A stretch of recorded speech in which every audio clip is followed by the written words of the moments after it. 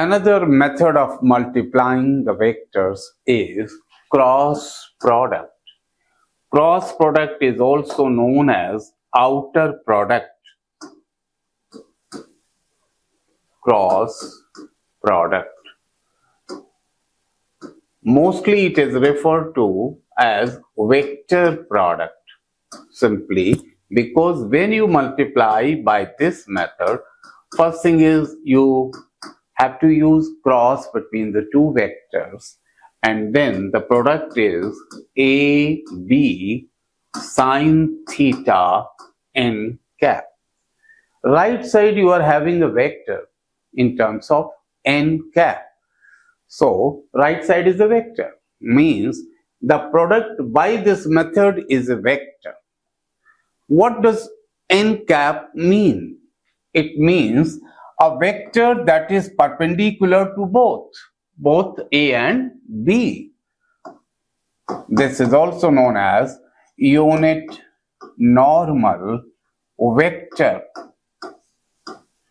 Unit normal vector. Suppose it is vector A, it is vector B, and they are having angle theta between them. This theta has appeared here in form of sine theta. You want to find A cross B. Both are the vectors. The angle between them is theta here. A cross B shall be in direction perpendicular to both. Now possibilities are two. Perpendicular to these two. See, A, B. Perpendicular to these two will be this one also. Normally outward. It will be this one also, normally inward. So how to decide whether it is normally outward or inward? For that we have one rule that's known as right hand curl rule. CURL, it means to rotate. This is curling of hair. You are very much familiar with curling of fingers. When you curl your right hand this way, this pointed thumb will represent the direction of A cross B. Listen again, if you curl your fingers from A to B, put your fingers on A this way and curl your right hand's fingers. Now this is the direction of A cross B. Here it's normally outward. Now suppose you want to find B cross A. Remember it was A cross B.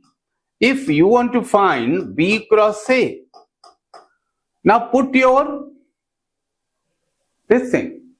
fingers on B and you curl from B to A, because B is first, then you have to put it on B and curl your fingers from B to A. It's not possible. That means you have to reverse the result. Now the result will be this way. Put your fingers from B to A, it is normally inward. So here this is inward. This rule is very important. Suppose it is X, it is Y, X cross Y, X cross Y, it is in the direction of Z. So it's very simple and memorable, that helps you a lot. X cross Y will be always along Z axis. If both are plus, this 2 will be plus. Now depending on the value of theta, as in the case of scalar product, here also if theta changes, its value will change. It is not commutative, means when you write A cross B, it's not going to be equal to B cross A. It's a non-commutative. Why? A cross B is outward, then B cross A is inward. Both are not commutative. It is also said they are anti-commutative. anti-commutative. What does it mean? Both are opposite. They are equal, but they are opposite as well. Then they are distributive. Distributive means simply, again, if B plus C together multiplied by cross method with A, both will be separated. A cross B plus A cross C. Now let's check the effect of changing theta and cross product. If you take theta 90 degree, sine theta is 1 plus 1, that's maximum. Means A cross B will be maximum when you consider theta 90, that's going to be this way. Here n cap is must because it has to be a vector.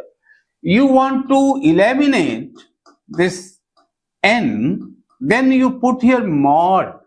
Mod means no more direction, only the magnitude. Then in that case you are going to write it A, B. Theta 90. We have considered theta 90 between the two vectors. The best example will be x and y. Better to say I vector and j. They will be at 90 degree. Then I cross j. This will be a vector. I told you x cross y, z. Here it becomes I cross j, k. Similarly, j cross k, I, and k cross I, that will equal to j. Let's consider the angle between them 0 or 180 in both cases. When it's 0 or 180 degree, sine theta in either case is equal to 0. If two vectors are at angle 0, it simply means both are parallel. If they are having 180 degree angle, simply means that they are anti-parallel. Means if two vectors are parallel or opposite, sine theta 0, and in that case, this will be, I have committed a mistake. Could you guess? The mistake is that this is cross product. And here it has to be a vector. Cross product is always a vector. So you can't write this way. It must be a vector here. Now you are right. Means cross product of two parallel or anti-parallel vectors will always be 0. For dot product, I told you the hint for perpendicular vectors, and here it is the hint for parallel or anti-parallel vector. You must remember a common term for both. You need not say parallel, anti-parallel, but you say collinear. When the vectors are collinear, their cross product will always be 0. Remember, I cross I, repeated. Naturally, you can say both are parallel because both are same. Their cross product, j cross j, their cross product, it's all going to be 0. That is null vector. Now let's note down a formula. Better I would take the help of this one. It's a determinant. Simply ijk, ax, ay, az, bx, by, bz. You are having two vectors. Vector A, that is axi, ayj, azk. Three components of this vector A have been taken in one row. Similarly, three components of vector B shall be taken along the other row, and you have to find A cross B. If you follow a very primary method that you take one term, multiply with 3, then again you take one term, multiply with 3, you are going to have 9 terms, and moreover, it shall be a pure wastage of time, and the speed you will be having shall be that of a bullock cart. You need a very ready-made formula for this, and that's given here. You simply write AB, AB, AB 6 times. 6 times along with minus sign between them. Start with Y. Y, Z, Z, Y, so on. This is the product. If you remember, you need not write this thing. Either of the two must be remembered by you. Now I'll quote some examples for cross product. See, angular momentum. This is equal to, better to use here vector because J stands for unit vector along y-axis. Angular momentum, this is equal to R cross P. It is the example of cross product. Torque, this is equal to R cross F. Similarly, linear velocity. You see, everybody remembers this formula. When you complete your lower secondary level, then also you know this thing.